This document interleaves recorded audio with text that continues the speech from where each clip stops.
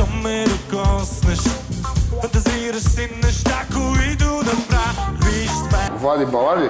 Вече не е Влади Балади. Едно време беше по-спокоен, романтичен, вглъбен, леко носталгичен, може би малко меланхоличен. Сега вече е...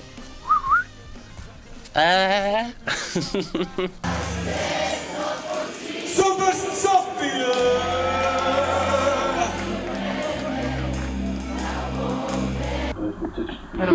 Да. По-различен е граф в този албум, определено. Повечето парчета трябва да ги свира с дисторшън, така се оказва. Графа явно е поизтрещял малко.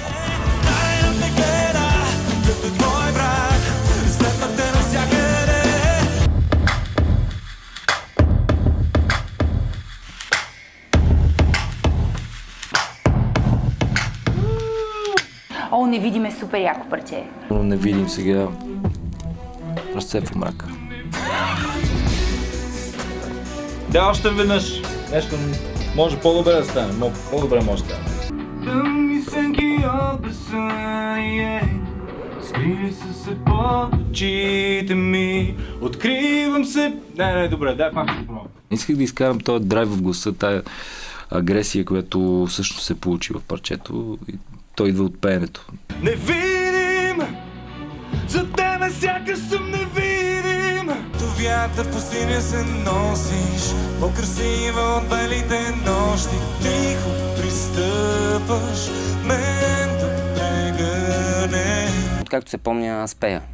Не си спомням откъде сме се виждали някъде. Участвали сме по предаване, не да не сме разреши.